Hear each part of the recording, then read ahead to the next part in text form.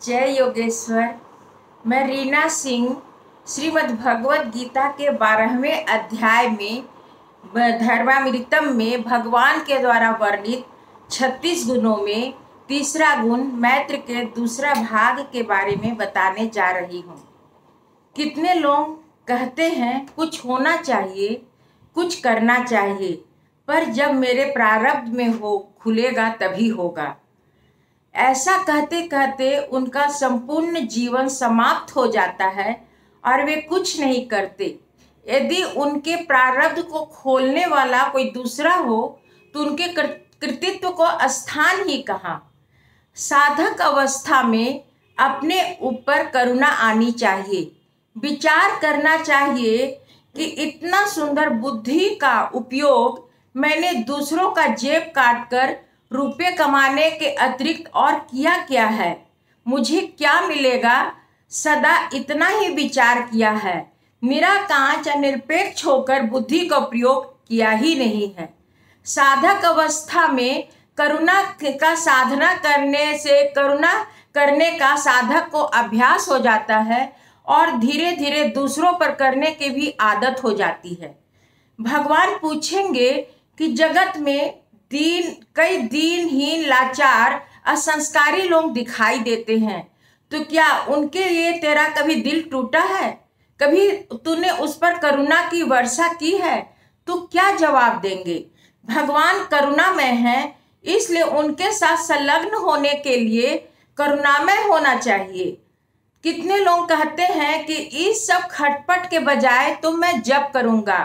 भाई जप अवश्य कीजिए, परंतु उसका महत्व तभी है जब प्रभु का कुछ काम करेंगे।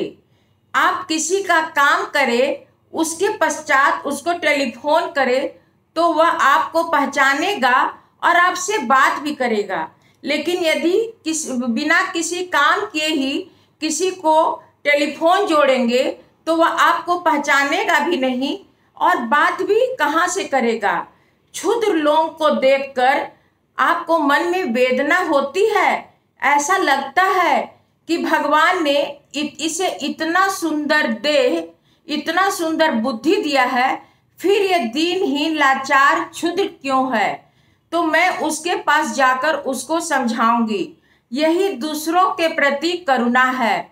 साधक अवस्था में अपने ऊपर करुणा और सिद्धा अवस्था में दूसरों के ऊपर करुणा करनी है। करुणा किसी की राह नहीं देखती, अब स्वयं चलने लगती है।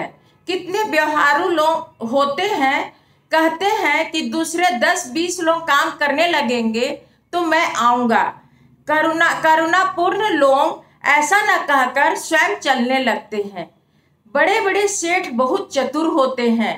शायद उन्हें इसलिए लुच्चा होना पड़ता है कि उनके पास पैसे होते हैं और दूसरे लोग उनसे रुपये मांगने आते हैं। छगन लाल जब सेठ जी से चंदा लेने जाता है तो सेठ जी पूछता है कि तुम्हें कितना रुपया जमा करना है। छगन कहता है 80,000। तब सेठ कहता है कि तुम 70,000 रुपया जमा कर दो तो बाकी 10,000 रुपये मैं दे दूंगा। सेठ को यह पता है कि छगन लाल 70,000 रुपया जमा नहीं करेगा और मुझे 10,000 रुपया देने की जरूरत नहीं पड़ेगी। विद्वान लोग बहुत चालाक होते हैं। लक्ष्मी हो तो चंट क्यों न हो। वित्त दूसरों को मांगे और देने के लिए थोड़ी ही होती है। कुछ करुणामय लोग किसी की खड़ा होकर बाट नहीं जोते, वे अपने कार्य करने लगते हैं। और जो लोग करुणा नहीं करते हैं और यह बोलते हैं कि तुम लोगों को काम करने दो, मैं तो तुम्हारे साथ हूं ही, ऐसा लोगों में करुणा नहीं होती।